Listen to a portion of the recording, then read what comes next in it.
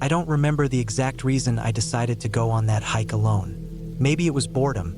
Maybe it was something in me needing to be alone. Or maybe I just wanted to feel something different than the usual noise of life. It was early November, and I had been staying in a rented cabin near the northern edge of the Sawtooth Range in Idaho. I'd booked it for a week to get away from the city. I'd brought books, my camera, my boots, and the idea that I might do a few short hikes around the area. Nothing serious. I wasn't trying to prove anything to anyone. But on the fourth day, after a restless night and a cold, quiet morning, I woke up early and decided I'd go further than before. The trail I picked was called Ridgeline Spur Trail. It wasn't even listed on most of the popular maps, but a folded pamphlet I found in a drawer of the cabin described it as an unmaintained and remote route with stunning panoramic views, for experienced hikers only. That warning should have been enough to keep me away, but I'd done a fair amount of hiking before. I wasn't an expert, but I knew how to use a compass, I had a GPS device, I had enough layers and food and water for a full day.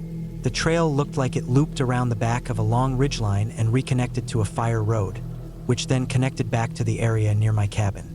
A wide loop, maybe 16 miles total. Long but manageable. I set out just after 7 a.m. The air was cold enough that my breath fogged constantly, and thin frost crunched under my boots. The first few miles were uneventful. The trail was narrow and overgrown in places, but still visible. Pines pressed in close, the forest dark and quiet, interrupted now and then by the sound of a bird or the creak of branches. I didn't see anyone. That didn't bother me. In fact, it was what I wanted. Silence, space, solitude. I kept a good pace, stopping once in a while to sip water or check my position. Around mile 5, the forest began to thin out and I climbed steeply until I hit the ridgeline the pamphlet had talked about. It really was beautiful. You could see for miles. The low sun cast long shadows across the valley below. The mountains stretched out in every direction, and the wind was just strong enough to whistle through the rocks. I sat down and ate a granola bar, looking out over the view. There was snow on the far peaks, and the sky above them was pale and clean. I thought about turning back then, since I'd made it to the main point of interest, but I figured I might as well do the full loop. That was the decision that changed everything. After another hour, the trail began to get harder to follow. Fallen trees covered sections of it. I had to stop often to check my compass and backtrack a few times when I realized I'd wandered off. My GPS still worked, but I noticed the battery was dropping faster than it should. I hadn't charged it fully, and the cold was making it drain fast. I turned it off to save power, figuring I'd only use it if absolutely necessary. At one point, the trail dipped down through a saddle and climbed up the next ridge, but I couldn't see a path on the other side. I followed what looked like a faint animal track up the rocks. I remember feeling uneasy for the first time there. Something about how the landscape looked unfamiliar in all directions. Every ridge looked like the last. Every gully looked just like the one before it. No landmarks, just trees and snow and stone. By early afternoon, clouds began to roll in. It was slow at first, a thin layer of gray covering the blue sky. I wasn't too worried. The forecast had mentioned a chance of flurries, but nothing serious. Still, the temperature dropped quickly. I added another layer and kept moving. My legs were sore, but I still thought I was more than halfway through the loop. I hadn't seen the fire road yet, but I assumed I was close. I wasn't. By 3 p.m., the clouds were thicker and the first snow started falling. Light at first, but steady. The wind picked up. I tried turning on my GPS, but the screen flickered, then went black.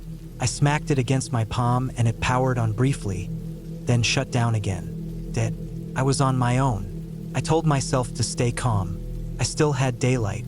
I still had a compass. I kept moving east where I thought the fire road would be. The snow was ankle-deep now and covering everything, including the faint trail I'd been following. Every step I took was heavier.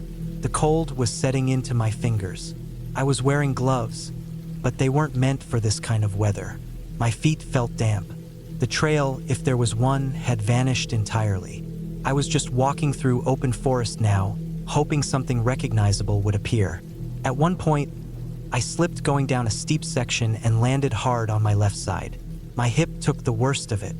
I lay there for a moment trying to breathe. I didn't think anything was broken, but it hurt. I stood up slowly and limped forward. The pain flared with each step. By the time it started to get dark, I knew I was in trouble. The snow was knee-deep in places. I couldn't feel my toes. My water had started to freeze. I'd barely eaten anything since lunch because my hands were too numb to work the zippers on my pack. I pulled out my emergency foil blanket and wrapped it around myself while crouched under a thick pine tree. I didn't sleep. I just sat there, shivering, watching the snow fall. I knew I had to move again before I froze. So around 2 a.m., I stood up and kept walking, using my headlamp until the batteries finally died. It was the longest night of my life. The trees looked like monsters. The snow glowed a faint silver from the clouded sky. I walked without direction, just trying to keep warm. My mind started to wander. I imagined search helicopters. I imagined rescue teams. I imagined just lying down and letting the snow cover me. I didn't want to die, but I could feel something pulling me towards stillness, like it would be easier to just give in. But I didn't stop. Couldn't. At dawn, I stumbled out of the trees and into a clearing. I saw something sticking out of the snow, a broken signpost, weathered. It pointed toward a direction marked Forest Service Road 117 to 3.2 miles. That was the first moment of hope I'd had in over 12 hours. I limped toward it. The snow was deeper now, and the wind cut sideways across my face. But I pushed forward, step after step. 3 miles felt like 30. I fell down 3 times. One time I couldn't get up right away and just lay there, sobbing, my face pressed into the snow. I screamed once, not to anyone, just out of pure frustration and pain. Eventually, I reached the road. It wasn't plowed, but it was wide and somewhat packed down under the snow, probably from old tire tracks. I followed it downhill. I don't know how many more miles I walked.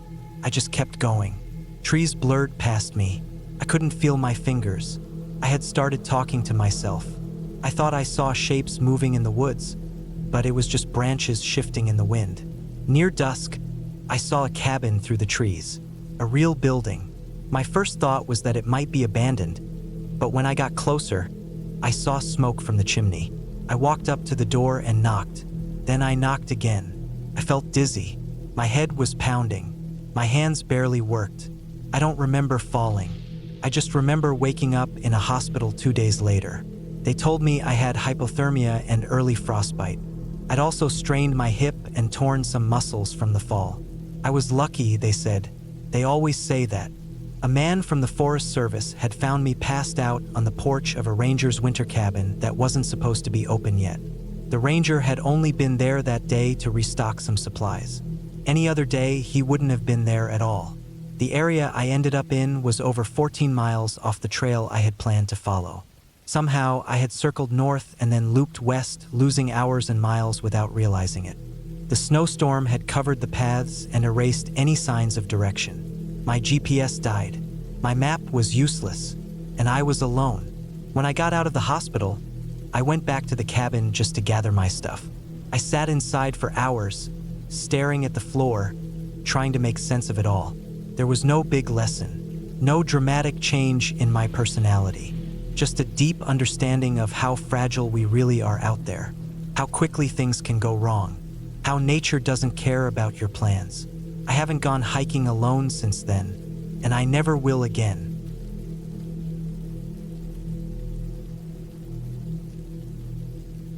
I started the hike early in the morning.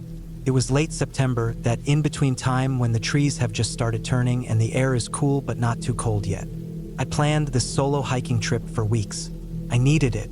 Life back home had been grinding me down, and I just wanted to be alone in nature, to breathe and walk without phones ringing or people knocking. The plan was simple. I'd drive up to a national forest, leave my car in the lot near the main trailhead, hike about 11 miles up into the deeper part of the forest, and camp 2 nights near a river I had found on a map. Then I'd loop around and head back a slightly different way. I had food for 3 days, a small tent, and a backpack with all the basics: map, compass, extra socks, flashlight, lighter, and a cheap but working emergency radio. I didn't bring my phone because I wanted to be fully away from everything, including technology. That turned out to be one of my bigger mistakes. The first few hours were peaceful. The trail wasn't crowded. Actually, I didn't see another person after the first mile. It felt good. The leaves were dry and crisp under my boots. Birds flitted around, and once I spotted a deer about 40 feet ahead before it bounded off into the trees. The forest was thick but not too wild. Pines and oaks mostly, with patches of ferns and low brush on either side of the path. I stuck to the main trail until noon, stopping to eat a peanut butter sandwich and sip from my water bottle. I remember feeling happy, like I had made the right choice coming out here. I even remember thinking that this could be something I do every year. Find a new trail, get lost in the woods in a good way. I had no idea how quickly that would turn. Around 2 p.m., I saw something off to the side of the trail that caught my attention. It looked like a collapsed wooden structure, maybe an old shed or outpost. It was about 100 feet from the trail, mostly hidden behind some trees and low brush. I don't know why, but I got curious. I'd read about old ranger outposts that were abandoned in some forests. I thought maybe I could find something cool or at least snap a mental photo of something unusual. I stepped off the trail, careful not to twist my ankle on the uneven ground. It didn't take long to reach the structure. It was indeed an old wooden shack, probably built decades ago. The roof had mostly caved in, and the wood was weathered and gray. There wasn't much to see, just an old broken chair, some rusted tools, and what looked like a wooden crate full of empty cans. I poked around for a few minutes, then turned to head back to the trail. That's when I realized I couldn't see it anymore. I wasn't panicked at first. I figured I had just come at a slight angle and needed to walk back in a straight line. But after 5 minutes of walking, there was no trail. I turned around and tried to retrace my steps, but the ground all looked the same. Pine needles, dead leaves, tree trunks. It was all blending together. Still, I wasn't scared yet. I had my compass. I pulled it out and checked my general direction. The trail had been roughly east of the shack, so I started walking west, carefully keeping my direction. 20 minutes later, still no trail. Now I was starting to feel it, that tight feeling in your chest, that itch in your brain that says, something's not right. I forced myself to stay calm. I still had several hours of daylight. Worst case, I could make camp and figure things out in the morning. I had food, water, shelter. I wasn't in immediate danger, but I needed to keep my head straight. I sat down, took off my pack, drank some water, and ate a granola bar. Then I decided to walk in widening circles, a method I had read about once. It's supposed to help you find your way back when you're only a little off course. I marked a tree by slicing a small piece of bark with my pocket knife, then started walking in a wide circle around it. Then I did a slightly bigger one. Nothing. No trail. No shack. No anything but trees and dry leaves and sky. I tried not to let it get to me. I could still camp and try again with fresh light in the morning. I chose a slightly open patch of ground, cleared away some sticks and rocks, and set up my tent. I gathered a bit of wood and used my lighter to get a small fire going. It was quiet, too quiet. The birds were gone now, replaced by the wind and the occasional crack of a branch shifting somewhere. I didn't sleep much that night. Every sound made me sit up and listen. Something large moved through the brush around midnight. Not close enough to see, but close enough to hear the heavy footsteps. I stayed still, my hand on my knife, until the sound faded. Probably a deer or a bear. Nothing happened, but I barely slept. The morning light brought a thin layer of mist and a cold breeze. I boiled water for coffee, ate a dry protein bar, and packed up my stuff. Then I picked a direction and started walking. I walked for hours. There was no sign of human activity anywhere. No trail, no old shack, no wrappers or footprints or anything. My legs started aching. The pack felt heavier than the day before. I kept looking up, expecting to see something familiar, but it was always just trees. By the third day, I was completely disoriented. I wasn't even sure which way was north anymore. The compass needle had spun strangely at one point, and now I didn't know if I could trust it. My water was getting low, and I had to start rationing food. I was tired, sore, and my nerves were fraying. The constant silence was starting to feel like a weight on my shoulders. Then came the rain. It started around mid-afternoon, just a light drizzle at first, then a steady pour. I pulled the rain cover over my backpack and kept walking. The ground got slippery, and the leaves stuck to my boots. I fell once, hard, scraping my forearm on a sharp rock. Blood soaked through my sleeve, but I wrapped it in a clean sock and kept going. That night, I set up my tent on soggy ground. My clothes were wet, my hands shaking from cold and hunger. I barely ate. I just curled up in my damp sleeping bag and waited for the sun to come back. I was into the 5th day when I found something that stopped me cold. It was a blue plastic water bottle, half buried in the dirt. Not mine, a different brand. Someone else had been here. I looked around, scanning the area. There was a slight indentation in the ground that looked like an old fire ring. No flames, just a circle of rocks and some blackened ash. I wanted to believe it meant I was close to a trail or campsite. I started calling out, even though I told myself I wouldn't waste energy. I shouted until my throat hurt. Nothing answered but the trees. Still, it gave me hope. I pushed on, using every bit of energy I had. I was down to my last granola bar. My water bottle was nearly empty. The map in my pack was useless now. I didn't even know where north was anymore. On the 6th day, I almost stepped on a snake. It wasn't venomous, but it coiled up and hissed before sliding away. My heart hammered in my chest for minutes after. I kept seeing things that weren't there, thinking tree stumps were cabins, thinking shadows were people. I was losing it. That night, I decided to stop walking so much and conserve energy. I built the smallest fire I could and sat close to it, knees to chest, arms wrapped tight. That was the night I heard the sound again. Footsteps. Not an animal. Heavy. 2 feet. Human. I sat still, ears straining. The steps circled me at a distance, just far enough that I couldn't see anything in the dark, but I could hear the movement. A branch cracked, then another, then silence. I didn't sleep that night. I kept the fire going, staring into the trees, waiting. Nothing came closer, but I knew something or someone was out there. By the 7th day, I had almost given up. I was moving slower now, dragging my feet. My mouth was dry. My head hurt. I caught myself mumbling out loud and had to stop. Then, in the late afternoon, I saw something up ahead. A fence. It was old and rusty, but it was man-made. That meant people. I stumbled toward it, yelling hoarsely. I followed it for about 20 minutes until I saw what looked like a maintenance road.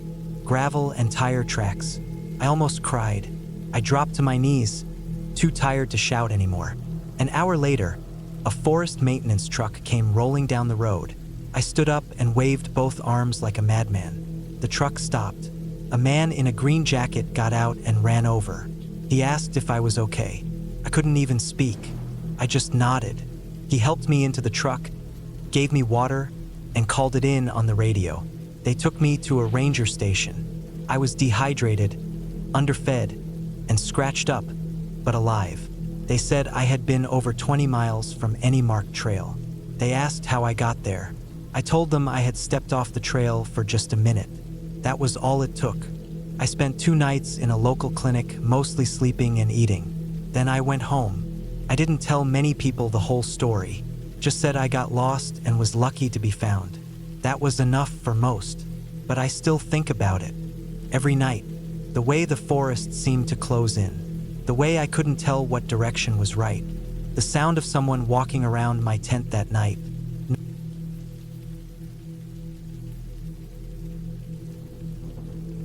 It was supposed to be a solo weekend trip, nothing too extreme.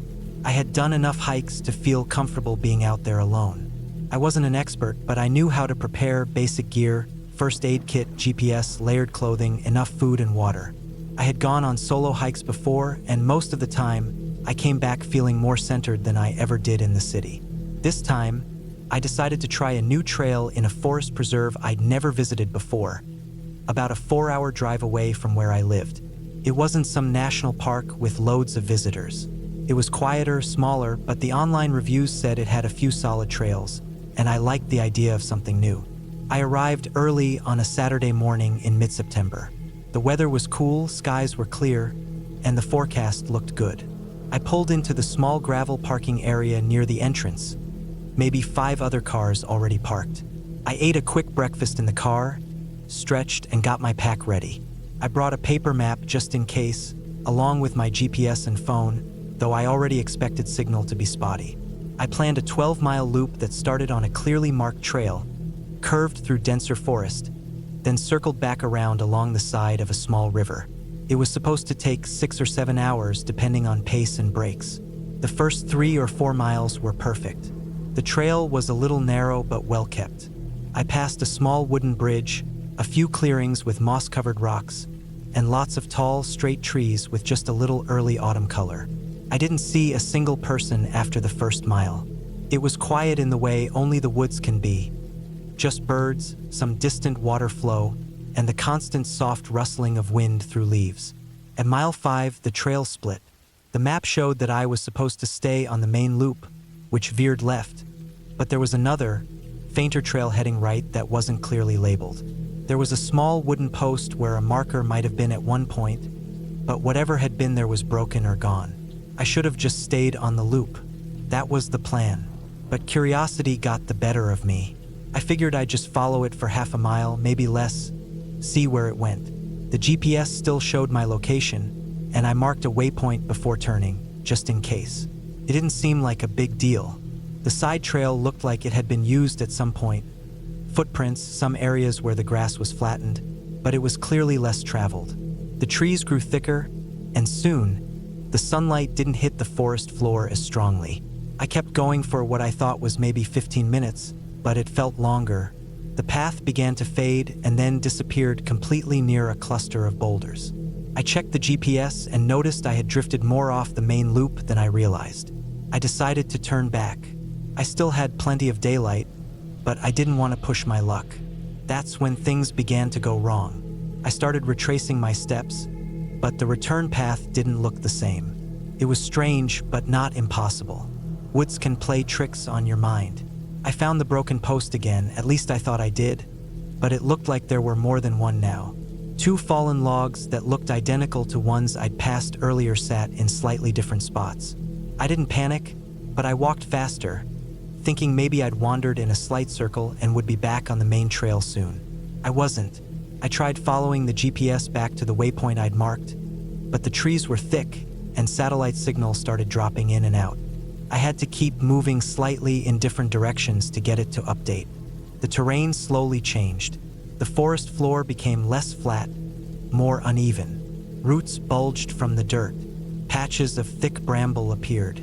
Some fallen trees had moss so thick they looked like green animal hides. I slowed down and looked again at my paper map, but it didn't help. This area wasn't even on it. Eventually, I gave up trying to follow the GPS precisely and just picked a direction I thought would lead me back toward the original trail.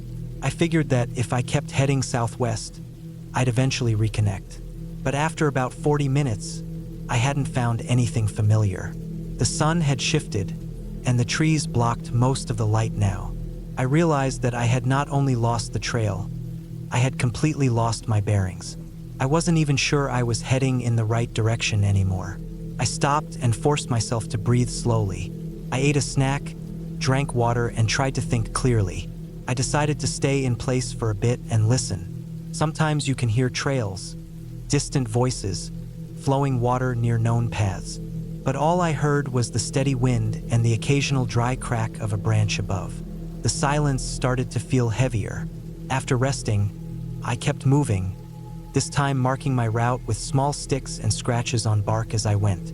I wasn't following a trail anymore, just weaving between trees, over logs, through brush, trying to keep a straight line. That was hard, even harder than I expected. No matter how much I thought I was staying straight, I'd end up drifting around thick clusters of growth, losing the line I had in my head. After another hour or so, I saw something that made my stomach sink. It was a small stream, just a trickle of water running over stones. But I had already passed this stream. I remembered the pattern of the rocks, the way one moss-covered stone leaned oddly to the side. I had somehow circled all the way back. That confirmed it. I was completely turned around. It was late afternoon by now. I had maybe 3 hours of light left. I set my pack down and sat for a while, trying not to panic, but I was starting to feel it. My legs were scratched and sore. I had sweated through my shirt and jacket earlier, and now I was getting cold as the sun dropped. I took stock of what I had. Enough food for another full day if I rationed it, a water purifier bottle, emergency blanket, a flashlight, a spare battery pack, and a small folding knife. I wasn't in immediate danger, but I couldn't sleep out there.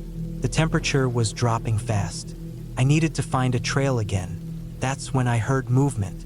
Not wildlife, something heavier. Slow crunching through the leaves, then stopping. I froze. I scanned the woods, heart thudding. I didn't see anything.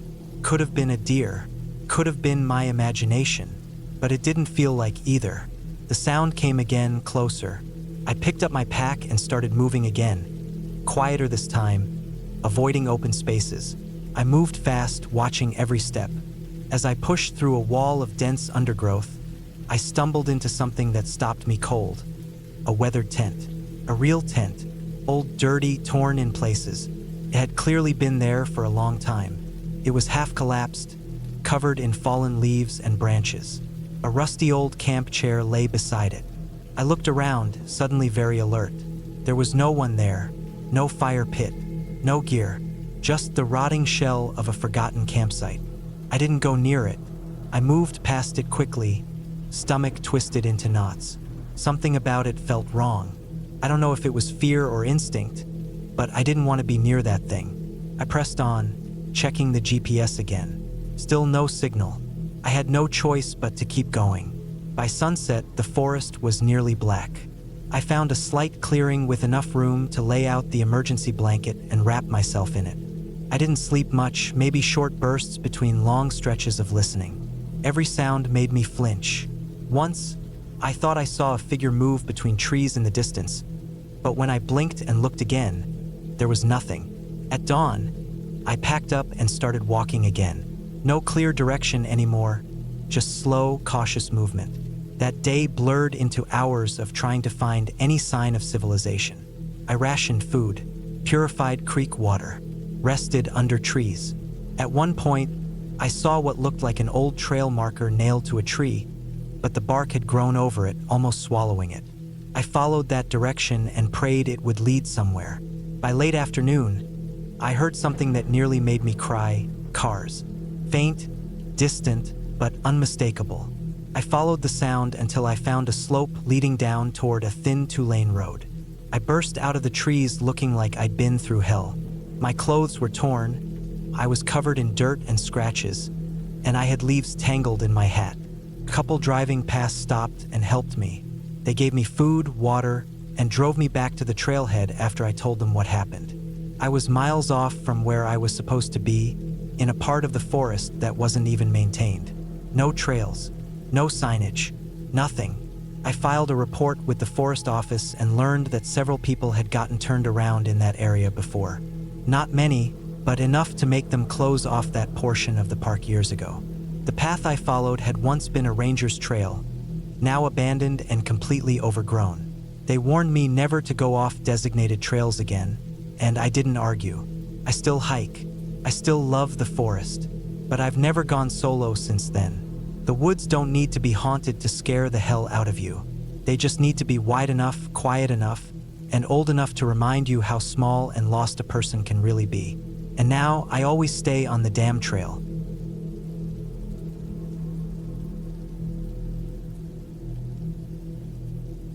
I don't remember exactly why I picked that trail. Maybe it was the way the online photos showed those long switchbacks curling through yellowing pine trees. Or maybe it was just because I wanted something quiet, far from where people usually went. It was late in the season, already October, and most hikers had packed up for the year.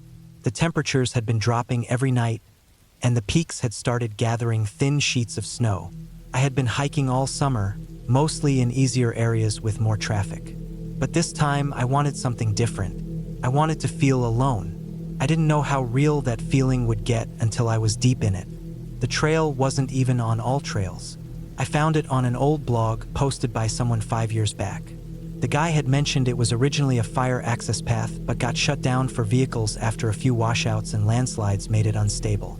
It still stretched for over 12 miles into the mountains, though. No campsites, no shelters, just raw backcountry. He warned that the farther you went, the less defined the path got. He also mentioned it could disappear completely near the 5th or 6th mile, especially if the forest had overgrown during the rainy season. That sounded like exactly what I wanted at the time. That blog post was the only real piece of info I had, but I decided I'd give it a shot. I left early, just after sunrise. My truck was the only vehicle parked off the gravel road. There was no marked trailhead, just a rusted metal gate with weeds growing all around it. I climbed over it and stepped into what looked like a long abandoned forest road. My pack was heavy, probably over 35 pounds, stuffed with gear, food, water, my tent, and cold weather clothes. I didn't plan to be out more than 2 days, but I brought a bit more than I needed just in case. I had a personal locator beacon in my backpack, too. I wasn't careless. At least that's what I told myself.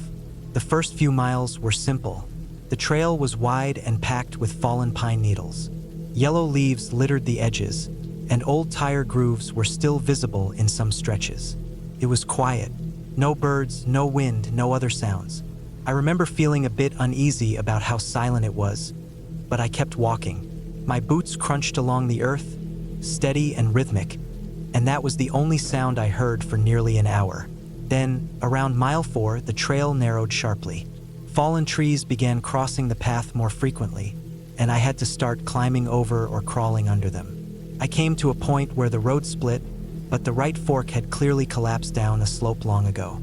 The left trail bent sharply uphill and got steeper with each step. I took a break at the top of a ridge where the trees opened up enough to see the surrounding peaks. The clouds had thickened, and the light was fading faster than it should have for mid-afternoon. I checked my map, marked the GPS location, and pushed forward. From that point on, things began to feel off. The trail lost its definition. What was once a wide dirt road had turned into a barely there footpath, with grass and brush creeping in from all sides. I followed what seemed like boot prints pressed lightly into the soil, though they could have been from a deer. I wasn't sure. The terrain got rougher. Loose rocks, steep inclines, sudden drop-offs hidden by brush. I twisted my ankle once and had to sit for 15 minutes to test if I could still walk on it. I could, but it hurt, and that changed the way I moved. I started limping a little, which slowed me down a lot. Around mile 6, I hit a washout. The side of the mountain had collapsed at some point, leaving a 30-foot gap in the trail. Below, it was nothing but rocks, broken trees, and a steep slope that vanished into the trees far below. I looked around for a way across. There was none. I dropped my pack, tied a rope around a nearby tree, and carefully scrambled across a narrow rock ledge about 5 feet below the trail. Every step I took sent pebbles tumbling down the mountain. I slipped once but managed to dig my hands into a patch of dry moss and stay up. When I finally got to the other side, I sat down and didn't move for 10 full minutes. That was when I should have turned around, but I didn't. I told myself I was already more than halfway in. It would take longer to go back than to just finish the trail and loop out the other side. I didn't want to admit I was being reckless. I tightened my boots, hoisted my pack, and kept walking. Another mile passed, and I saw something that stuck in my mind. A shoe, just one. Old and faded, the rubber coming apart at the heel. It was lying on the side of the trail, half buried under leaves. I stared at it for a long time. It looked like it had been there a while. No sign of the other one or of a person or a bag. Just that one shoe. I should have taken it as a warning, but I just took a photo of it and kept going. It was around 5:30 p.m. when I realized I wouldn't make it out before dark. The trail ahead disappeared completely. Nothing but woods in all directions. Trees packed tightly together, thorns and deadfall everywhere. My GPS kept jumping around. The cloud cover had thickened even more, and it had started to drizzle lightly. I decided to find a flat patch and set up my tent. I ended up camping on a small ridge, maybe 2 feet wider than my tent, covered in pine needles and surrounded by trees on all sides. I boiled some noodles, ate quietly, and listened. I don't know what I was expecting to hear. Maybe coyotes or owls? But the silence stayed. Not even the wind moved through the trees. At around 2 a.m., I woke up to a noise. It wasn't loud, just a light scraping sound, like something dragging across the outside of my tent wall. I froze. My heart jumped straight into my throat. I waited, barely breathing. It happened again, slower this time. I grabbed my flashlight and held it against the side of the tent without turning it on. I listened again, then silence. I didn't sleep the rest of the night. In the morning, I stepped out and checked around. Nothing. No prints, no marks, nothing moved or broken. It was like it never happened. But I knew I didn't dream it. I packed up fast and tried to make my way back onto the trail. Except now I couldn't find it. Everything looked the same. Pine trees, rocks, brush, steep hills. I walked for an hour in one direction. Nothing. I turned around and went another. Still nothing. My GPS kept glitching. Sometimes it showed I was moving when I was standing still. Sometimes it said I had gone 3 miles in 10 minutes. My compass spun slowly when I held it up. Around midday, I sat down on a fallen log, ate half a granola bar, and finally admitted to myself that I was lost. I remembered the PLB in my bag. I pulled it out, looked at it for a long time, then put it back. I told myself I could still find my way out, that I was just turned around, not truly lost, that I didn't need to call in a rescue team. Not yet. I kept walking. That was the worst decision I made. Over the next few hours, I dropped into a dry creek bed, thinking it would lead me downhill. But the walls of the creek got steeper and more tangled with fallen trees. I scraped my leg badly on a broken branch. Blood soaked through my pants. I wrapped it with duct tape from my repair kit. I kept going. Then I realized I had looped back somehow. I found the same log I had eaten on 3 hours earlier. I started to panic. That night, I didn't even set up my tent. I just sat under a tree wrapped in my sleeping bag. It was freezing. Every few minutes I thought I saw something moving in the trees, but it was just my eyes playing tricks. Or maybe not. I kept hearing short, soft cracking sounds, like something stepping lightly over branches. I didn't sleep. By the 3rd day, I was out of water. I still had food, but it was all dry stuff, crackers, bars, trail mix. I started drinking from puddles. I found a stream later that afternoon and drank from it with my filter. My stomach cramped a few hours later, but I didn't throw up. I hit the button on my locator beacon that night. I sat on a rock, wrapped in my emergency blanket, waiting. Nothing happened. No helicopters, no voices, no movement. I checked the device. The red light was blinking. That meant it was sending. I waited all night. By the 4th morning, I couldn't walk straight anymore. My ankle had swollen, and my leg where I had scraped it was hot and tight.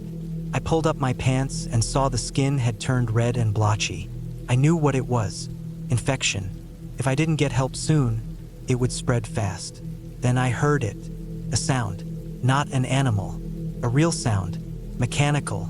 A chopper. I stood and waved my arms. The trees were too thick. I ran or limped up a slope to an open clearing and waved again. The helicopter passed once, then circled back. I fell to my knees when I saw it coming lower. I don't remember the rescue. I woke up in a hospital 3 days later. They told me the signal from my beacon had been weak. The ridge I was on blocked most of it. I was dehydrated, had a serious leg infection, and early signs of hypothermia. Another day or two, they said, and I might not have made it. I asked about the trail. They said no such trail existed on maps anymore. That area had been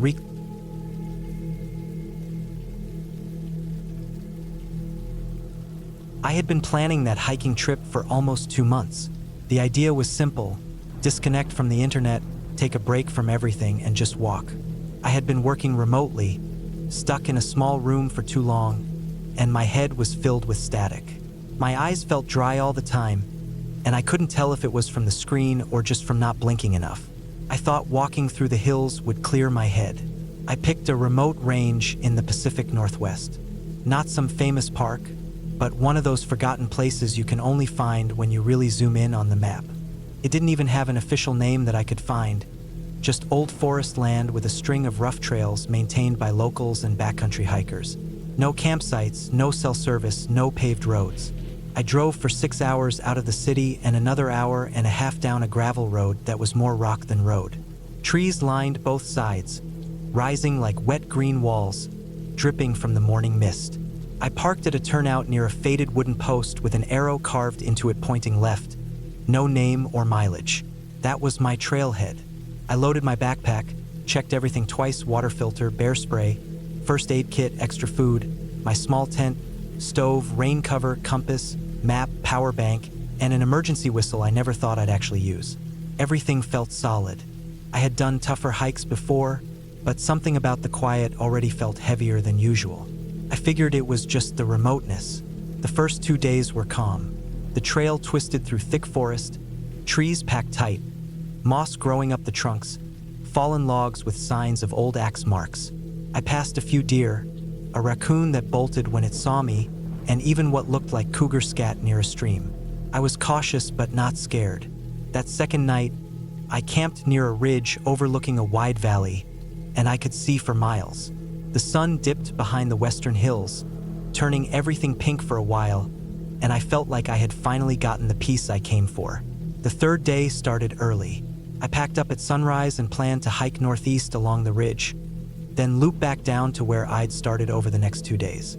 My paper map showed the ridge trail thinning out, then joining with a longer path along a river before cutting back south. But it wasn't a perfect map. Some parts were faded, and I'd seen trail junctions that didn't appear on it at all. I figured I could follow the ridgeline and check landmarks to stay oriented. I had my compass and backup GPS, so I wasn't worried. About 2 hours into the day, I came across a fork. One trail kept going straight over the ridge, the other sloped slightly downward through a narrow patch of pine and brush. There was no signpost. The straighter path looked a bit more worn, but the one to the right seemed like it led toward the river. I checked the compass, double-checked the slope on the topo lines on the map, and figured the right path was probably faster. It was a mistake. That trail grew thinner as I walked, the brush tighter. After 30 minutes, I stopped seeing boot prints in the dirt. The path was there, but barely. It dipped through dark hollows where no sunlight came through the trees.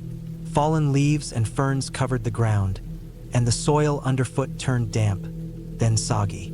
I heard running water nearby, so I assumed I was heading in the right direction, but something was off. The trail was too overgrown, and I started seeing dead branches snapped in odd ways, not natural, like someone or something had been through but not recently. I pushed ahead for another half hour. I started to notice something that kept repeating. Stripped bark.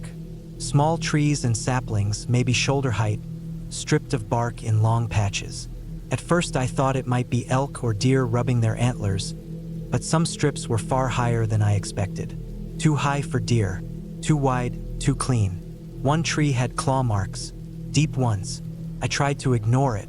Wildlife moves through all the time, I told myself. I had bear spray, and I had passed no recent droppings or tracks, nothing fresh. Then I reached a clearing that wasn't on my map. A wide, flat space of dried mud, a few torn stumps, and what looked like pieces of gear scattered at the far end. I thought maybe it was an old logging site, but the gear didn't fit. A torn blue tarp, a crushed fuel canister, something that looked like part of a boot, burned. Everything looked like it had been there for a while. No color left in the fabric, no logos readable.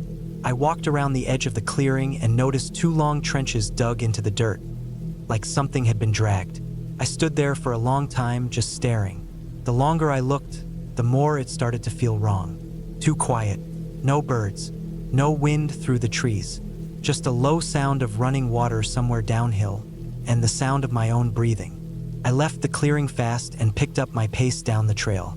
I figured I could hit the river soon and rejoin the main path, but the trail kept curving in weird directions. I checked the compass again. The needle moved too much.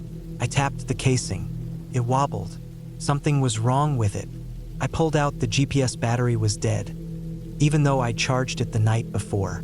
I pulled the power bank. It was dead too. I don't know why. It had 2 lights left that morning.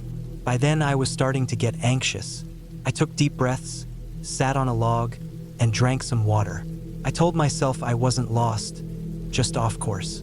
I could follow the river once I reached it and then cut back uphill to the ridge. I looked around to check the sun, but the clouds had thickened. The light was gray and flat, no shadows. I couldn't tell direction anymore without the compass or GPS. I started hiking again. The trail had vanished completely now. I pushed through brush, thorns, and saplings, following the sound of water.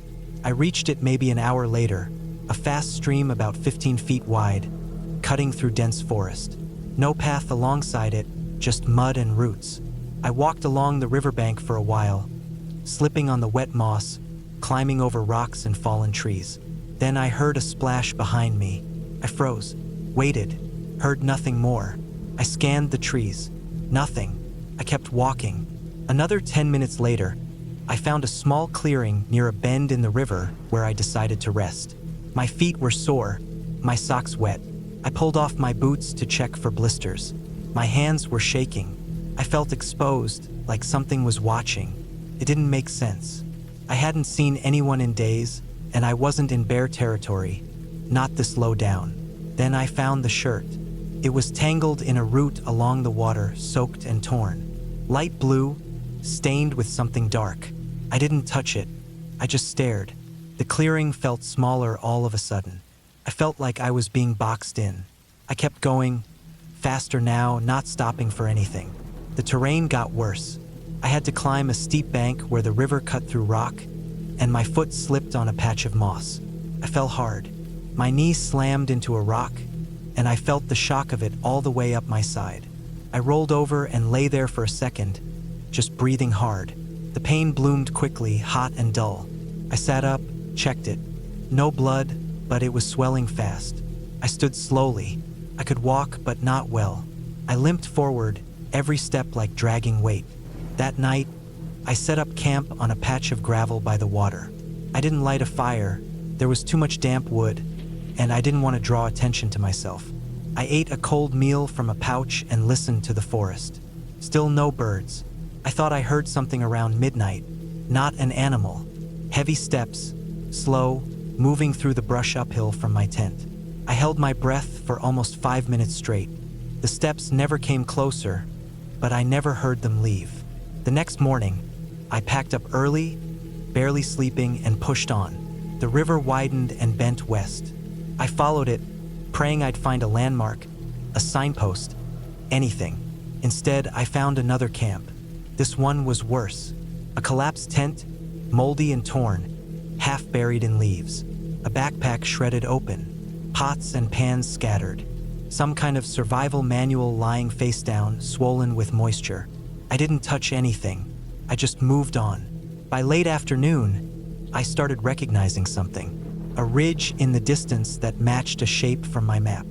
I limped toward it, exhausted, dragging one leg. My water was low, my food almost gone, but I still had hope. The closer I got, the more the forest began to look familiar. I even saw the same weird tree with a hollow knot near the base, where I'd stopped 2 days earlier. I thought I was finally close. Then I saw the clearing again, the same one with the burned gear and trenches. I had walked in a full circle. That broke something in me. I just stood there in the mud, breathing like I couldn't get air. My head spun. My legs felt weak. I had walked for almost 12 hours and ended up in the same cursed spot. I didn't scream. I didn't cry. I just dropped my pack and sat on the ground, staring at nothing. I don't know how long I sat there, but when I stood again, the sky was darker. I made a decision. I wouldn't follow the river again. I would climb, just straight up the ridge, no matter how hard. If I could get high enough, I could see everything, maybe even the road.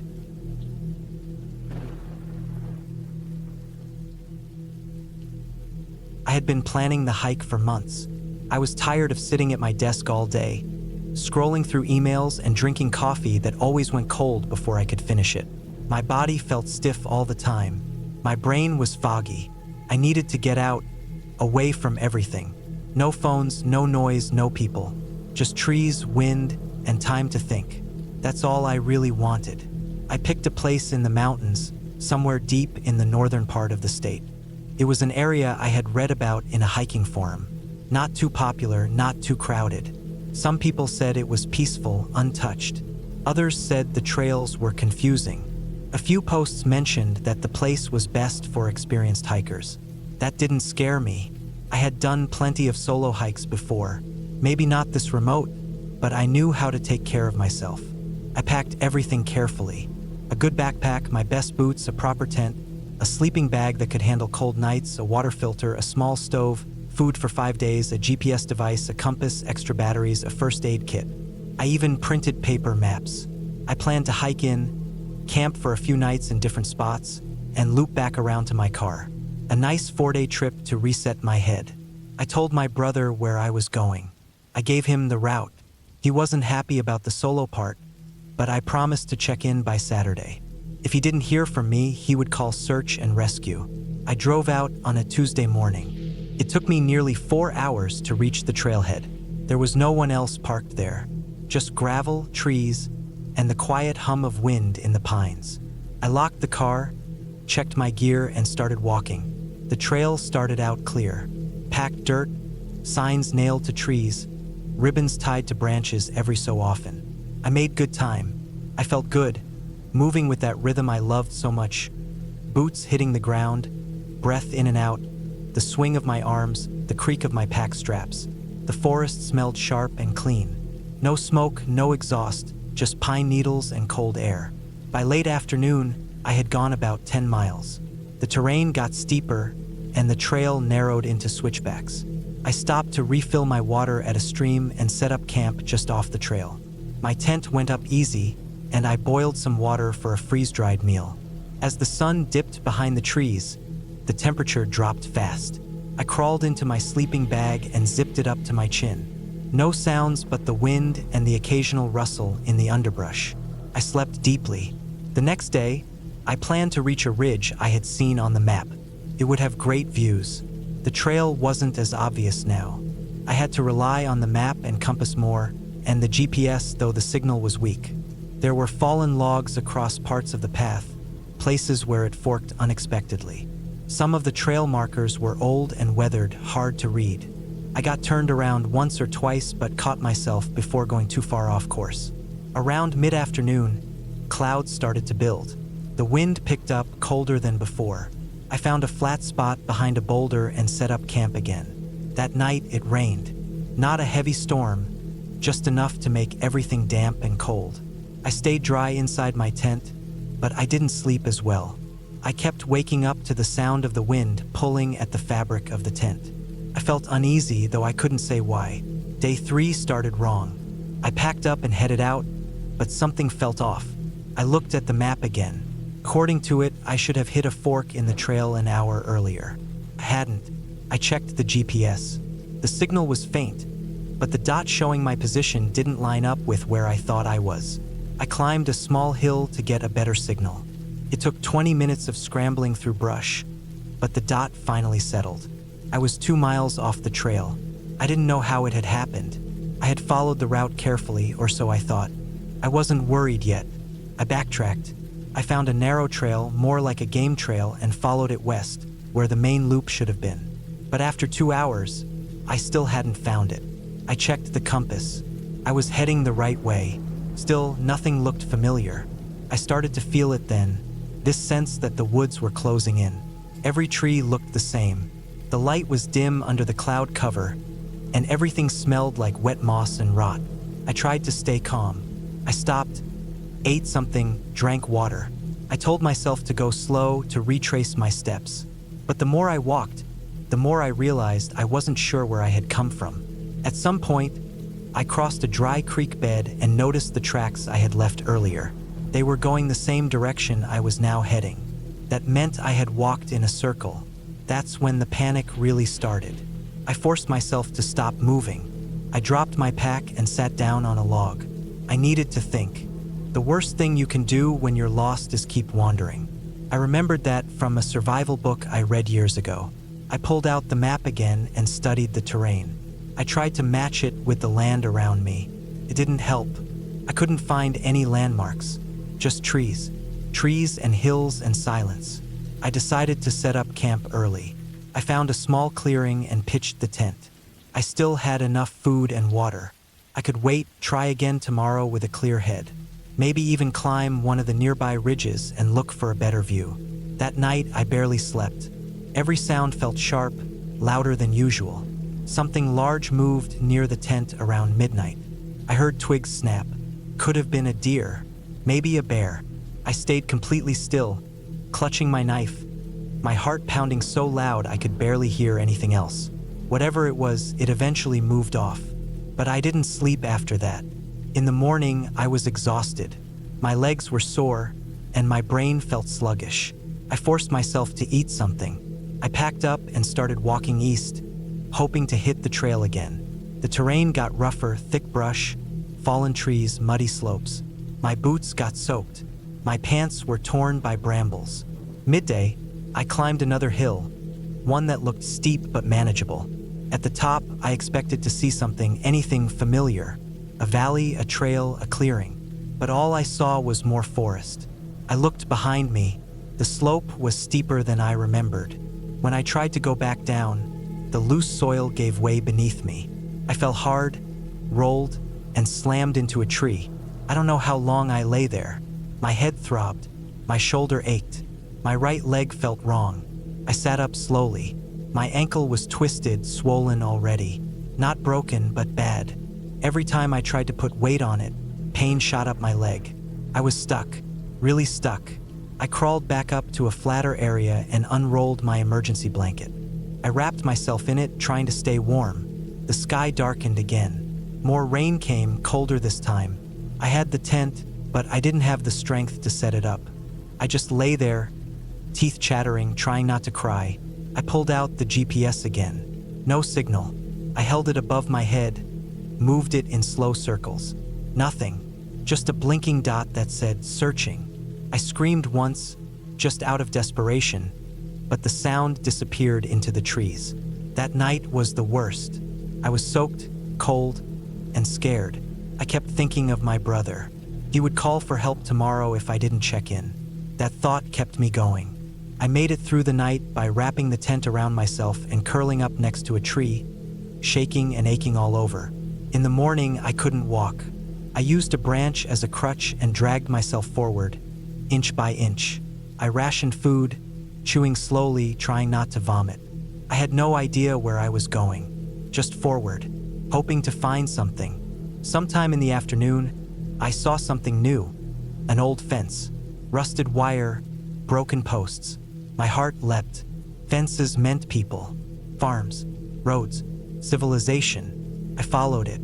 It led me downhill, through more brush, across another creek. I slipped and fell again, but I didn't stop. At the bottom of the hill, I saw a cabin. It was old and abandoned, windows cracked, roof partly caved in, but it had a porch, a wall to lean against, a dry floor. I crawled inside and collapsed. I spent the night there. No animals came, no sounds but wind. I found old cans in a cupboard, but they were too rusted to open. I boiled water from a puddle outside and sipped it slowly. I kept my leg wrapped and tried not to move. On the fifth morning, I heard it, a sound I hadn't heard in days. Plain. I crawled outside and waved my arms. It didn't see me, passed over and disappeared. But then another one came an hour later. Lower. I screamed, waved the reflective part of my emergency blanket, turned slightly. I think the pilot saw me. 2 hours later, I heard the helicopter. They found me, cold, hungry, in pain, but alive. Later, in the hospital, they told me my brother had called in the rescue. They had searched the trail and couldn't find me. The GPS signal had been spotty. I had wandered nearly 7 miles off course. If I hadn't found that cabin, if I hadn't stayed put, I might still be out there. Now, weeks later, I still wake up at night sometimes.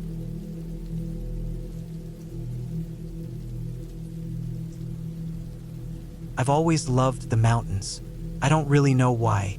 I never grew up around them. I was raised in a flat town in the middle of nowhere, with nothing but empty fields and highways. Maybe that's why I love the mountains. because they're the opposite of where I grew up. They make me feel small in a good way. They make me feel free. When I'm up there with a backpack and a good pair of boots, I feel like I don't owe anyone anything. No one's texting me, no one's calling. It's just me, the dirt, the trees, and the trail. I've been doing solo hikes for years. I'm careful. I plan every trip. I check maps, I pack extra food. I let someone know where I'm going. I've never had a serious problem. Until this one time, this trip was different, and I think about it more often than I want to. It happened in the summer of 2022. I had some vacation days saved up, and I wanted to do a 3-day hike through the North Cascades. I'd picked a lesser-known trail that looped through some remote backcountry. Not many people hike that part, but it was legal and it wasn't off-limits or anything. It was just more rugged and less maintained than the usual popular trails. I liked that. I wanted quiet. I didn't want to see other people. I wanted that raw, untouched kind of nature. I started on a Friday morning. I parked my car at a small pull-off near a Forest Service road, shouldered my pack, locked up, and started walking. The air was warm but not hot, and the sky was clear. I remember the sound of gravel crunching under my boots as I passed the gate and stepped onto the dirt trail. I felt excited, alive. I had 30 miles planned over 3 days. Nothing crazy. I'd done longer ones. The plan was to hike about 12 miles the first day, camp near a small creek, do another 10 or so the next day through some higher elevation areas, and then loop back down and out the final day. I triple-checked the maps. I had them printed and downloaded on my phone. I also had a compass, extra water filter, emergency blanket, medical kit, and a power bank. I'd done this before. I was ready. The first few hours were smooth. The trail was a little overgrown, but I expected that. There were patches where ferns brushed my legs and places where I had to duck under fallen branches. But it was quiet and peaceful. I didn't hear anything except birds and the soft breeze moving through the trees. Every now and then, I'd stop to drink water and check my GPS, just to make sure I was staying on course. Around noon, I stopped to eat a protein bar and rest in some shade. I hadn't seen anyone, not a soul. That's what I wanted. By the time the sun started dipping lower in the sky, I'd reached the spot where I planned to camp. There was a clearing near a small stream with flat ground and just enough space for my tent. I set everything up, made some food, filtered more water, and sat quietly while the light faded. The bugs started to come out and I put on some repellent. I could hear frogs in the stream and a distant rustle now and then in the woods. Normal sounds, night sounds. I wasn't scared, not even a little. I was used to this. I crawled into my tent just before it got fully dark and zipped myself in. I had a small headlamp and a paperback book. I read for a while, then turned off the light and went to sleep. That night was still. No weird noises, no bad dreams. I woke up around 6 a.m., made coffee with my little camping stove, and broke down camp. My legs felt a little sore, but in a good way. I was ahead of schedule, and I figured if I kept a steady pace, I might even knock out more than I planned and make the next day easier. I started hiking again around 7. The trail started getting steeper. I climbed higher through thicker trees, and the air started to cool. After a few miles, I came to a rocky area where the trail split into 2 narrow forks. One continued up a switchback route toward the ridge. The other dipped down into a narrow valley and reconnected further up according to the GPS. Both were technically part of the same trail system, but the switchback route was the one I had planned. I stood there for a minute, looking at the fork. The switchback trail looked harder. It was steep and exposed. The other one looked easier, just a mild descent through trees. I checked the map again. They both led to the same ridge. The lower one just curved around. I hesitated, but not for long. I'd save some energy and time by taking the valley route. It didn't seem risky. It looked like a shortcut, and my legs were already starting to feel the climb. So I took it. That was the mistake. The first mile of the valley trail wasn't bad. It was shady and cooler down there. I even thought I'd made the smart choice. But then it started to get strange. The path narrowed. It was more overgrown than I expected. There were long sections where the trail seemed like it hadn't been used in years. Ferns were growing thick across the ground. Branches clawed at my pack. I kept checking the map on my phone. The blue dot still showed I was on the right line, but it felt off. The ground started to get muddy, and I could hear water trickling nearby, even though the map didn't show any stream. My boots started to sink in some spots. I slowed down. Then I reached a section where the trail had been washed out. It looked like a small landslide had taken part of the hillside and dumped it into the valley. There were trees down, mud everywhere, and the path just disappeared for about 30 feet. I stood at the edge of it and looked across. I could see where the trail picked back up on the other side, but between me and it was just loose dirt and debris. I could go back, climb all the way up to the fork and take the original switchback trail. That would add hours to the day, where I could cross this mess and keep going. I made another mistake. I tried to cross. I stepped carefully, planting each boot like I was walking across ice. The mud sucked at my feet. I grabbed at branches to keep my balance. About halfway across, my left foot slipped and I dropped hard, landing on my side. My hip slammed into a rock and my backpack twisted, yanking me off balance. I slid a few feet before I stopped. Pain throbbed through my side. I groaned and pushed myself up. Nothing felt broken, but I'd scraped up my arm and the inside of my thigh. I was covered in mud. My water bottle had fallen out of the side pocket, and I saw it rolling down the hill, disappearing into the trees below. I didn't go after it. I just wanted to get across. When I finally made it to the other side, I was breathing hard. My shirt was soaked in sweat and my hip hurt like hell. I sat down on a fallen log and checked my GPS again. Still on track. Still heading toward the ridge. I had about 6 more miles to go before the next campsite. I pushed on, but after the washout, the trail kept getting worse. Narrower, harder to follow. My boots kept sinking into soft ground. There were no signs, no markers, just faint traces of a path under the brush.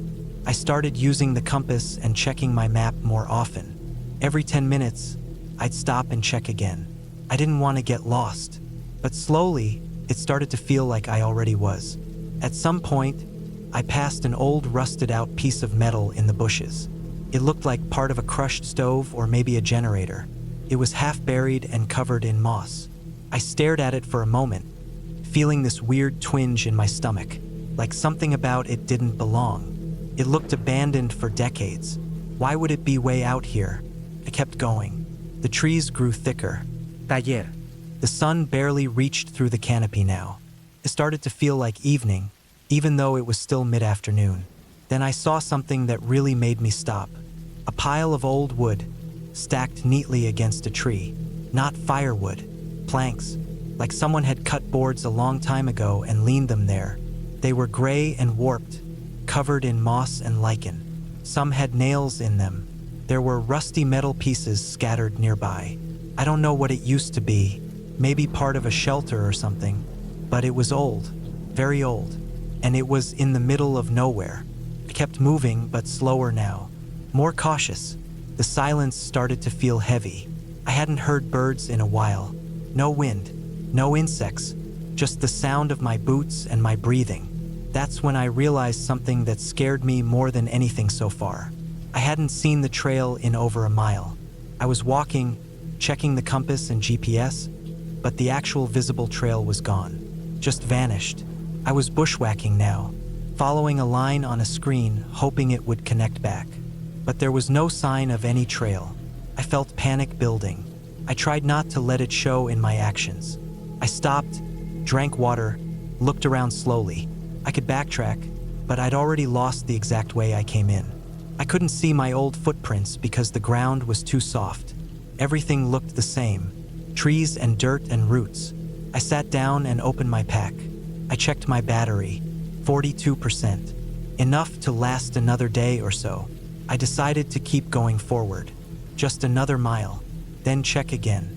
That mile took 2 hours. I was pushing through brush, climbing over fallen trees, swatting at spiderwebs. My arms were scratched, my clothes torn, and my hip was bruising badly.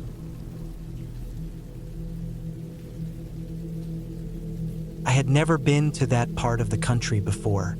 It was my first real trip alone in a long time.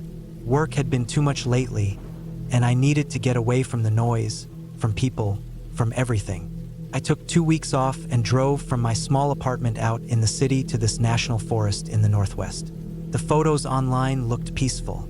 There were deep forests, mountains, valleys, and rivers running through open meadows. I wanted to hike, maybe camp a little, and just sit in silence without hearing anything but wind and birds. I packed everything I thought I'd need: tent, sleeping bag, layers of clothes, stove, food, water filter, emergency kit, flashlight, battery packs, all of it. I checked everything 3 times before I left. The first few days went fine. I did a couple easy trails to get my legs used to walking again. Nothing too steep, just enough to get the blood flowing. The air was fresh, cold in the mornings but crisp and dry during the day. I hardly saw anyone, just a few other hikers far off in the distance or parked cars at the trailheads. I slept in the back of my car for the first 2 nights, just to get used to the idea of being alone again. I'd forgotten how quiet the wilderness could be when there's no one around. Sometimes it felt a little too quiet, but I liked it. By the 4th day, I felt ready to try something deeper. I found a loop trail on a paper map I bought from the local visitor center. It wasn't on any of the hiking apps. That should have been a sign, but I didn't think much of it. It was marked as an old ranger route that cut through a valley and looped back over a ridge. The guy at the gas station nearby told me the area hadn't been used much since a small fire 10 years back. Again, that should have warned me, but I took it as a good thing. Fewer people, more solitude. The trail started off normal. Pine trees everywhere, thick undergrowth, and a gentle downhill slope. The air was cooler here, with that deep forest smell of damp earth and pine needles. I followed the trail down for a few miles until it opened into a narrow valley. On both sides were tall hills, not quite mountains, but big enough to trap sound and wind. The trail here was faint, and I had to stop often to check the map and look for tree markers. Some were faded, others gone completely, but I kept going, stepping over fallen logs and ducking under broken branches. After a while, I noticed how isolated it felt. There was no bird noise, no squirrels, no sign of animals at all. That unsettled me. Forests are never silent. Even in winter, you'll hear something. But here it was just dead air and the sound of my boots. I kept walking. The valley floor was uneven, wet in places like there had been flooding or a small creek that had dried up. I walked through patches of soft ground and had to take long steps to avoid sinking too deep. My socks got wet a few times. That annoyed me, but I pushed on. The map said the trail would curve north and climb up toward a ridge that would lead me back to my car on the other side. I figured I could be done by sunset if I didn't waste time. But then I realized something was off. The trail didn't curve.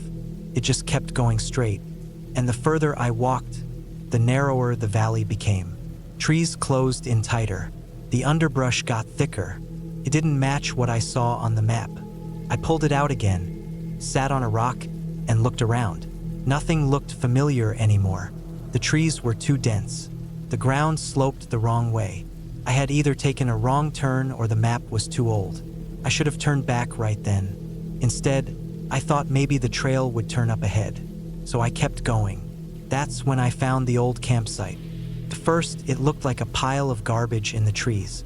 But when I walked closer, I saw a rusted metal frame, part of a tent that had been crushed or rotted. Nearby were 2 boots half buried in mud. The laces were gone. I saw a small blue backpack collapsed under a log, covered in moss. It looked like no one had touched it in years. I didn't touch it either. Something about it made my stomach turn. I just stood there, staring. Everything felt heavier. The trees, the air, even the silence. I backed away and started walking faster. My plan now was to go back the way I came. I didn't want to risk going deeper. I marked a tree with a small piece of orange tape from my pack and started retracing my steps. But I kept second-guessing myself. The trees looked too similar. I'd mark one, walk for 20 minutes, and end up back near the same tree again. I started sweating even though the air was cold. The ground was soggy and uneven. I twisted my ankle slightly on a root. I sat down and drank some water. That's when I noticed the sky. It was getting dark fast. Not sunset, but a heavy kind of dark. The clouds rolled in so slowly I didn't notice until it was too late. A wind started to pick up, sharp and cold. Then came the rain. It started as a drizzle and then turned into a steady pour. The trees gave some shelter, but not enough. I didn't have time to set up my tent. I just threw on my rain jacket and tried to keep moving. But now the trail was gone. The ground became a mess of wet leaves and mud. My boots sank deep with every step. I slipped once, fell hard on my side, and my left wrist ached from trying to catch myself. Still, I kept walking. I told myself if I just went uphill, I'd reach the ridge and maybe see where I was. But there was no ridge, just more trees, more valley, more fog. When I finally gave up, I found a cluster of thick trees and crawled beneath them to rest. I sat there shaking, wet, tired, hungry. I didn't even care about food. I just wanted to stop moving. I stayed like that for a long time. Couldn't sleep. Every noise made me flinch. Branches cracking, wind shifting. Once I thought I heard footsteps, but I told myself it was just water dripping. By morning, the fog was worse. I could barely see 20 feet ahead. My clothes were soaked.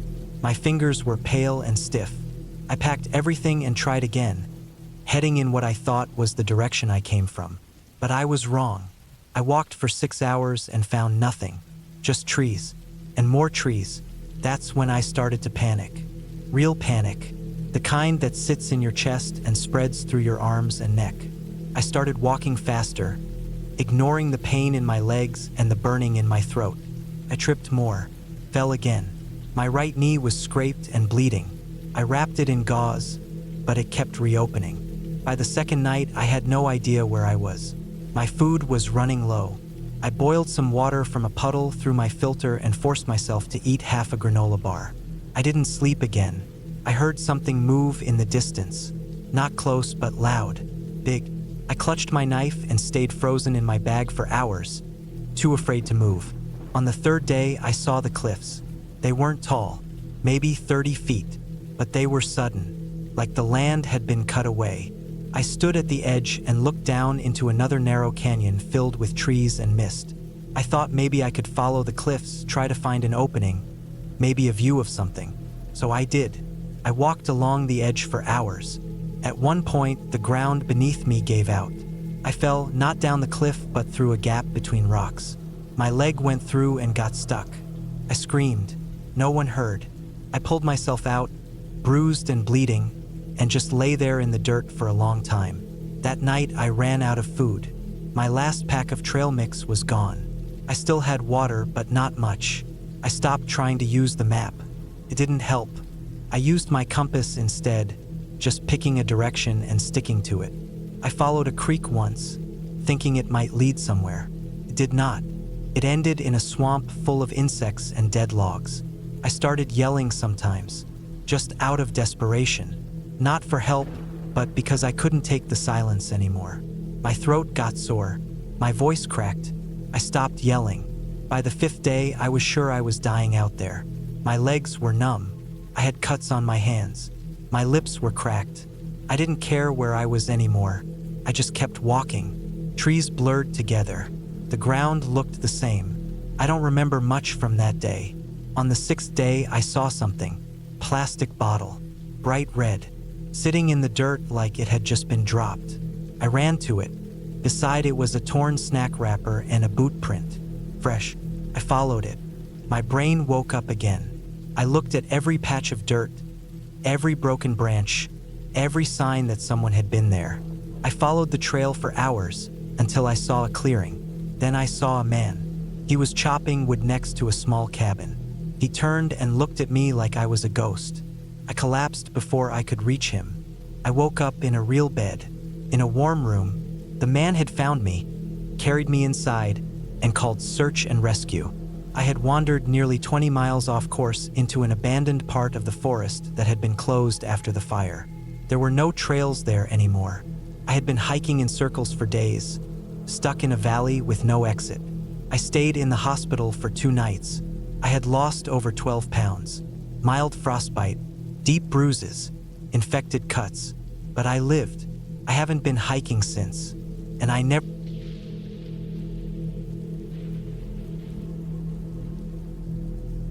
It was early October when I decided to go hiking again. The air had just started to cool, but the sun was still strong during the day.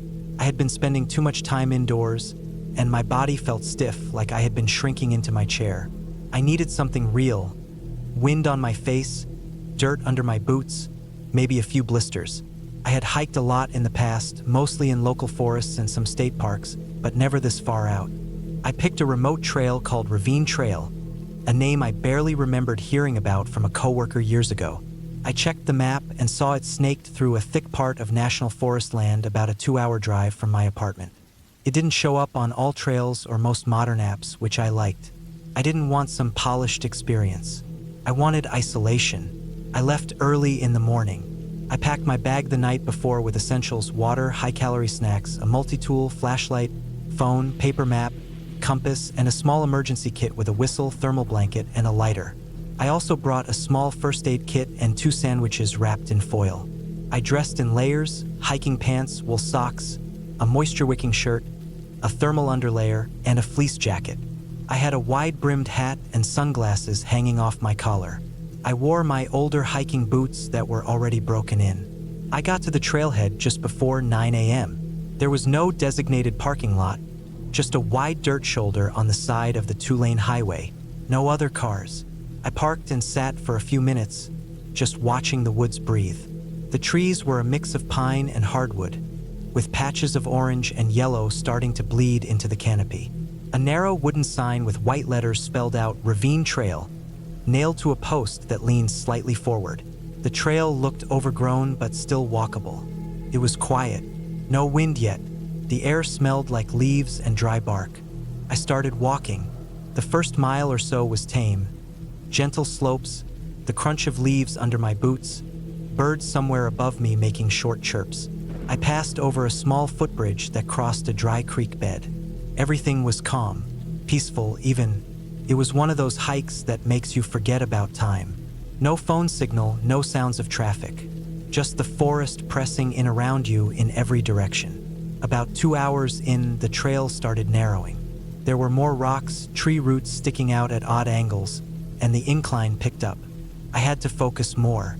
My legs were warming up, but I could feel the effort building. I drank water every 30 minutes and took short breaks when I needed.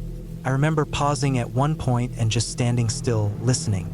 That's when I noticed how quiet it had gotten. No birds anymore, just the rustle of trees. Around noon, I reached the top of a ridge. From there, I could see down into the valley below. A thick blanket of trees filled every dip and fold in the land, stretching far in every direction. The only break was a pale stripe, what looked like a dried-up riverbed or rockslide. I guess that was part of the ravine the trail was named after. My map showed the trail looping near it and then winding back around. I planned to do the full loop. Should have been about 10 miles in total. As I descended the ridge, the terrain got rougher. I slipped once on loose gravel and had to catch myself on a tree. The ground was steeper and uneven. I took it slow. I figured this part of the trail didn't see many hikers. There were no footprints, no signs of people, no litter, nothing. Just wilderness. I liked that at first. Felt pure. But the further I went, the stranger things started to feel. First, I noticed that the trail markings vanished. No blazes on trees, no small stacked stones. Nothing. It was like the forest swallowed the path. I kept checking my compass and map. They told me I was still on course more or less, but I had to rely on instinct more than anything else. Then I started hearing things. Not voices or anything like that, just movement. The kind of movement you only hear when everything else is still. Branches creaking, twigs snapping under something heavy, leaves rustling in one direction and then another. I told myself it was deer, or maybe a bear far off. I carried bear spray in my side pouch but hadn't needed to use it in years. I pressed on. The sun was starting to lean west now, and the shadows grew longer. I knew I had to pick up the pace if I wanted to finish the loop and get back before dusk. Around 3 p.m., I hit the ravine. It wasn't a wide canyon or anything dramatic, but a sharp dip in the land, maybe 20 feet down at its steepest point. Jagged rocks lined the bottom, and thick underbrush grew along the slopes. The trail followed along the edge, winding sharply. I had to slow down again. At one point, the ground crumbled a little under my right foot, and I had to crouch and shift my weight to avoid slipping down the slope. The drop wouldn't have killed me, but I could have broken something. Then I saw something strange. Near the edge of the ravine, there was a boot. Just one. Old, cracked leather, its laces still tied, sitting upright on the ground. It was partly covered in pine needles and moss. I stopped and stared at it for a while. I didn't touch it. I looked around for any sign of a camp or discarded gear, but there was nothing. Just that single boot, sitting by itself like someone took it off and never came back. It made my stomach twist a little. I took a step back and kept moving. After about another mile, I started noticing more odd things. A torn strap from a backpack caught on a branch. A rusted carabiner hanging from a tree limb like someone tossed it. An old trail marker, faded and cracked, nailed to a tree with no path beneath it, like the trail had shifted or eroded, and the marker had been left behind. At this point, I started to feel nervous. Not panicked, but alert. Something about this place felt wrong. I wasn't lost. My compass and map still pointed me in the right direction, but I was far from comfort. I hadn't seen another person all day. No tire tracks, no tents, no wrappers, no boot prints. Then, not long after 4 p.m., I slipped. It happened fast. My boot hit a patch of wet moss on a sloped rock, and I went down hard. I landed on my left side, my hips slamming into a boulder. My backpack cushioned some of the fall, but my ankle twisted at a bad angle. Pain shot through me like fire. I rolled onto my back, breathing hard, teeth clenched. I sat there for a while, just taking in the pain. I could move my ankle, but it was tender and swollen fast. I took off my boot slowly and wrapped it with an ace bandage from my kit. It wasn't broken, but it was sprained bad. Walking would be slow. I looked at the map.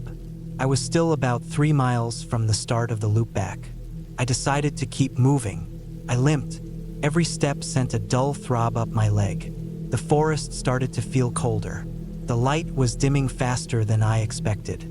Shadows stretched across the ground like long fingers. I kept checking behind me. I don't know why. I just felt watched. Then I heard it again, that same sound of movement in the trees. But this time it felt closer. I stopped and waited. Nothing. Just that awful silence again. I kept going. As the sun dipped below the ridgeline, the forest turned dark. I pulled out my flashlight. It worked fine, but the beam only lit a narrow path ahead of me. Every few steps, I swept it side to side. I started seeing things again.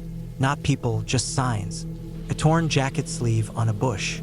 A broken camp stove rusting in the dirt. Scraps of paper that had bled into the soil. This trail had history. Someone had been here. Maybe a lot of people. Maybe too many. And they left without packing up. By 6 p.m., it was almost completely dark. My ankle was killing me. I stopped at a large fallen tree and sat down. I ate the rest of my food and drank the last of my water. My phone still had no signal. I knew if I camped there, I'd be exposed. No tent, just an emergency blanket. And the air was getting cold, probably in the 40s now. I looked ahead and saw the trail started widening again. I knew the loop would bend back toward the parking spot soon. I told myself to go just 1 more mile. Then I saw something ahead. A pile of rocks stacked in a deliberate tower. 6, maybe 7 stones. Too neat to be random. At its base was a cracked thermos and a torn-up hiking glove. I paused and scanned the trees around me. My flashlight beam jumped from trunk to trunk, but I saw nothing. I picked up the pace. Every nerve in my body was firing now. My mind kept racing. What happened here? Were there other hikers who got hurt? Did someone disappear? Why did I feel like something was behind me? Then I heard it. A sharp crack behind me. Not like a squirrel or a branch falling. Something heavier. A footstep. I didn't turn around. I just moved faster. Limping, stumbling, almost crawling through the dark. I reached the last ridge around 7 p.m. I could see the highway far below, just 2 tiny glowing headlights passing in the distance. My chest swelled with hope. I made it. I was close. I descended the slope.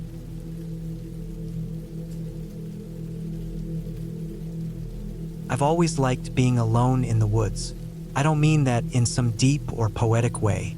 I just like silence, quiet trails, and places where you can walk for hours without hearing a car or seeing a person. That's what led me to the area near the state line, up where the national forest bleeds into a more remote patch of old logging land. Not a lot of people go there. The park rangers don't monitor it often. It's mostly just dirt roads and forgotten trails. Exactly the kind of place I like. I planned a solo hike for the long weekend. I was going to park off a gravel pullout where a decommissioned road ended in a clearing, then take one of the older fire trails for a few miles. I had my GPS watch, backup paper map, plenty of water, and some protein bars. I had camped solo dozens of times. This was nothing new to me. It was a clear morning when I started. A bit humid, but calm.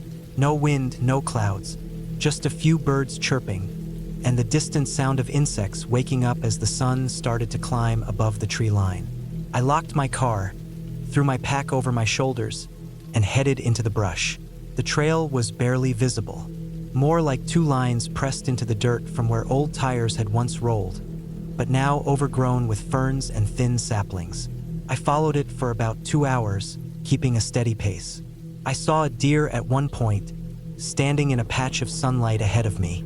It looked at me for a second, then darted off, crashing into the trees. I took a sip from my hydration bladder and kept walking. My plan was simple: follow the old trail for about 5 miles, set up a hammock between 2 trees, stay the night, and head back the same way. The loop was easy, maybe 12 miles round trip. But around the 3rd hour, I noticed something odd. The trail started to fade. The tire ruts were gone, and the brush thickened. I checked my GPS. It still showed me on the trail, but I hadn't seen a marker or anything recognizable for at least 30 minutes. I figured it had just gotten overgrown. That happens a lot with old fire roads. I kept going, but I made a mistake. I saw what looked like a small game path veering off to the left. It looked clearer than the trail I had been on, and I thought maybe it was a shortcut back toward the creek I had seen on the topo map. Without thinking much, I followed it. No hesitation. That was my second mistake. At first, it was easier walking. The ground was firmer. No mud, no roots. But after 20 minutes, the terrain changed again. I started going downhill. Steep too. I had to hold onto trees to keep from slipping. My pack shifted awkwardly every time I leaned. Eventually, the path disappeared completely. No tracks, no prints, nothing. Just me standing in thick woods with no direction. I pulled out my GPS again. The watch took longer to connect. When it finally loaded, it showed I was at least half a mile off my planned route. That didn't sound like much, but out here with dense forest and no trail, it felt like miles. I decided to head northeast, back toward where the creek should have been. The problem was the land wasn't flat anymore. The hills were steep and uneven. I had to cross fallen logs, scramble over rocks, duck under low branches. Every step felt like I was walking deeper into the wrong direction, but the GPS kept saying northeast, so I kept following it. I didn't know yet that it was lying to me. I stopped around 3 p.m. to eat a bar and drink some water. My shirt was soaked with sweat. Bugs were crawling all over my arms. I had no cell signal.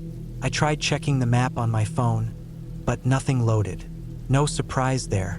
I pushed forward again, thinking I'd hit the creek soon. Instead, I ended up in a ravine. I didn't fall into it. I kind of slid. The slope gave out under me when I stepped onto what looked like dry ground but was actually loose dirt. My right foot slipped first, then my left, and then I was tumbling. I tried to grab at branches, but they broke under my weight. I finally came to a stop in a pile of wet leaves and rocks at the bottom. My pack twisted sideways and my elbow burning from a scrape. I sat there for a minute, stunned. I checked my limbs, no breaks, just some cuts and bruises. My water bladder had popped. The tube had snapped off, and most of the water had leaked into my bag. That's when panic crept in. I had about 1 full bottle of backup water left, maybe 20 ounces. I had food, but no way to purify stream water if I found any. I didn't pack iodine tablets because I never needed them before. That was mistake number 3. The ravine was narrow, steep walls on both sides about 15 feet up. I walked along it for a while, hoping to find a slope I could climb out of. After half an hour, I found a place with exposed roots and rocks and managed to pull myself up. My hands were cut. My arms were shaking. I was more tired than I should have been. That's when I realized I hadn't seen the sun in a while. The forest canopy was thick, and the light was dim. It felt later than it really was. I checked my watch, 4:40 p.m. I needed to find a place to camp, even if I was lost. I found a small flat area near a stand of birch trees and set up my hammock between two trunks. No fire. I didn't want to draw attention to myself or risk burning anything. I ate a bar, drank a few sips of water, and lay there listening. The woods were louder than usual, twigs cracking, leaves rustling, and not just from wind. It sounded like small animals darting around, but I couldn't see anything. That's when I heard something that didn't sound like an animal at all. Branches breaking in a pattern, heavy, measured, like someone or something bigger was moving through the brush. I froze. I couldn't see anything. I held my breath. The steps got closer, then stopped. Minutes passed. Nothing. I stayed still, barely blinking, my heart pounding in my ears. Eventually, I must have dozed off because I woke up to full darkness.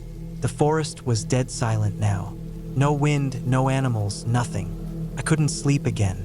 I stayed awake all night, staring at the blackness around me. Morning came slow. I packed up and started walking east, hoping to intersect another trail or logging road. My GPS kept changing. 1 minute it said I was 1 mile from the trailhead, then it said 4 miles. I realized the tree cover was screwing with the signal. I turned it off. By noon, I had finished all my water. The sun was high, the heat unbearable. My lips were dry, my legs hurt. I started hallucinating water sounds, streams, rivers, but every time I followed them, there was nothing, just dry leaves and crickets. Then I saw the shack. It was just there, in the woods like someone had dropped it from the sky. Small, square, with a rusted tin roof and broken windows. Looked like it hadn't been used in decades. The door was off its hinges. I stepped inside hoping for shelter or maybe an old jug I could fill with rainwater. Inside it was dark and dusty. The floor was covered in dead leaves. There was an old chair, a few rusted tools, and a metal drum with a lid. I opened the drum. Inside were plastic jugs, empty ones, maybe 10 or 12. That's when I noticed the wall. It had dozens of carvings on it. Dates mostly. Each date had an X next to it, scratched deep into the wood. I didn't know what it meant. I didn't want to know. I backed out slowly and kept walking. By sunset, I could barely stand. My knees buckled. I collapsed against a tree and stayed there all night. I didn't sleep. I didn't eat. I was too dehydrated. The next morning, I crawled. I didn't walk.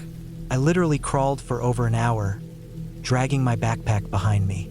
Then, like something out of a dream, I saw a blue tarp. It was wrapped over a stack of firewood near a cabin. A real one, not a shack.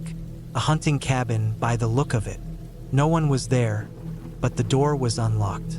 I went in. There was a jug of water on the counter. I drank it all. I don't even remember how it tasted. I just drank. I stayed there for a day, recovered enough to walk. Eventually, I found a dirt road about 2 miles past the cabin and flagged down a truck. The guy didn't ask questions, just gave me water and drove me to the ranger station. They said I had wandered 11 miles off my original path. When I told them about the shack, they nodded slowly, said there were a few abandoned ones in that area, said some were used by trappers decades ago. One of them, the ranger said, had been linked to a missing persons case in the 90s. I didn't ask for more. I went home the next day. I still hike, but I stay on the trail now, and I never ever follow game paths.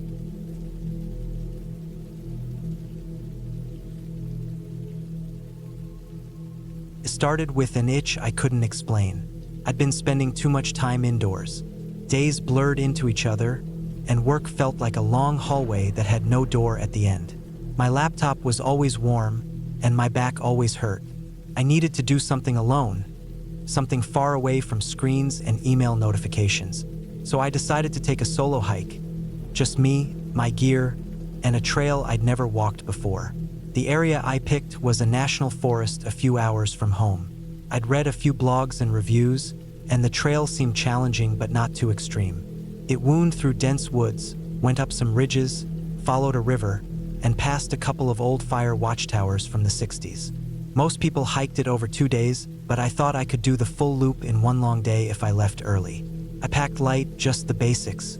Some protein bars, 2 bottles of water, a folded paper map of the trail, a backup battery pack for my phone, a light windbreaker, a flashlight, and a small first aid kit. It wasn't a dangerous area, and the weather forecast looked fine. I got there just after sunrise. The parking lot was empty, which felt like a good thing at the time.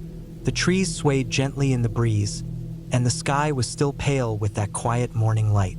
I locked the car, double-checked my backpack, and stepped onto the dirt trailhead. The ground was soft but dry, with a layer of fallen pine needles. Birds chirped somewhere high above me, out of sight. The air smelled clean, damp wood, moss, and old leaves. It was exactly what I wanted. The first hour was perfect.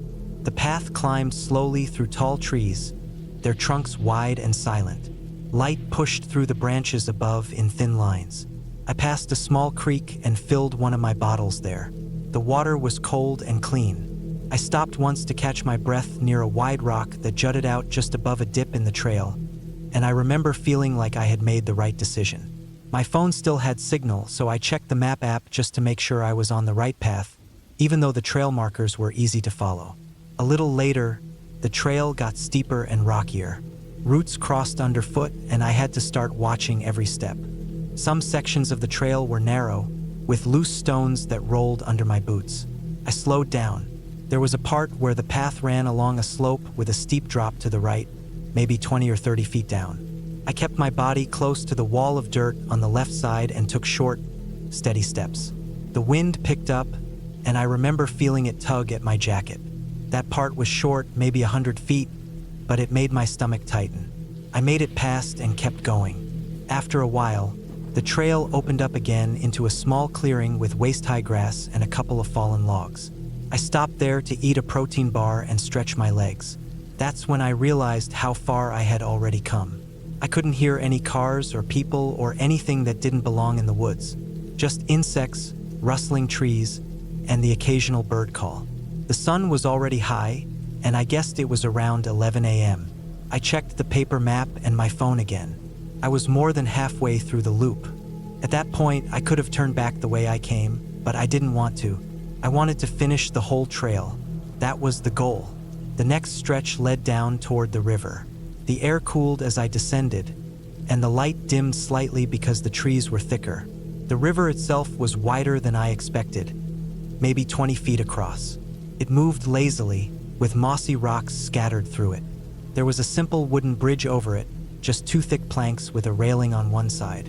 I crossed slowly, the wood creaking under my feet. On the other side, the trail narrowed again and twisted uphill. This is where things started to change. It wasn't a big thing at first, just a strange feeling. The wind died completely, and the trees seemed thicker, darker, like they were holding something back. I shrugged it off as nerves, maybe just a side effect of being alone and tired. But then I noticed how quiet it had become. No birds, no wind, no insects, just my own footsteps. I kept moving, and that uneasy feeling didn't go away. I started sweating more, even though it wasn't hot. The uphill climb was tougher now, steeper. The rocks underfoot were wet, even though it hadn't rained in days. Some of the trail markers were missing, or maybe I just didn't see them. I paused and looked at my map again. I tried to match the bends in the trail to the paper, but something didn't line up. I figured I might have taken a slightly wrong turn near the bridge. My phone still had some battery, but the signal was gone. Just a blank bar. I turned off the screen to save power. The trail kept going up and up. I passed an old wooden sign that had fallen over. It was cracked in half and covered in lichen. I couldn't read what it said. I started seeing more downed trees, like a storm had passed through here at some point, though the branches were dry and brittle. One tree had fallen across the trail completely, and I had to crawl under it, brushing dirt and bark off my clothes as I came through. The path narrowed again, then widened, then vanished into what looked like a dried creek bed. I looked around but didn't see any markers. I circled the area, trying to find where the trail picked up again. Nothing looked right. I told myself to stay calm, to retrace my steps. I went back the way I came for a few minutes, but then I reached a fork I hadn't seen before. Had I passed this already? Or did I miss it earlier? I tried to retrace, but it didn't help. Every part of the woods looked the same now, just trees and dirt and rocks. I checked my phone again. Still no signal.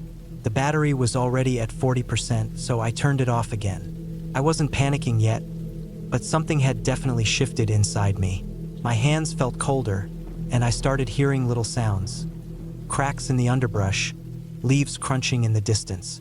I told myself it was animals, maybe deer or squirrels.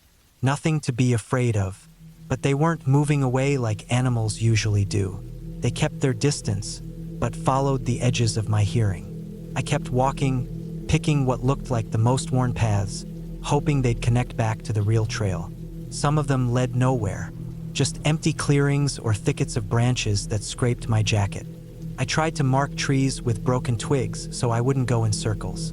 I drank some water and kept moving. It was getting late now.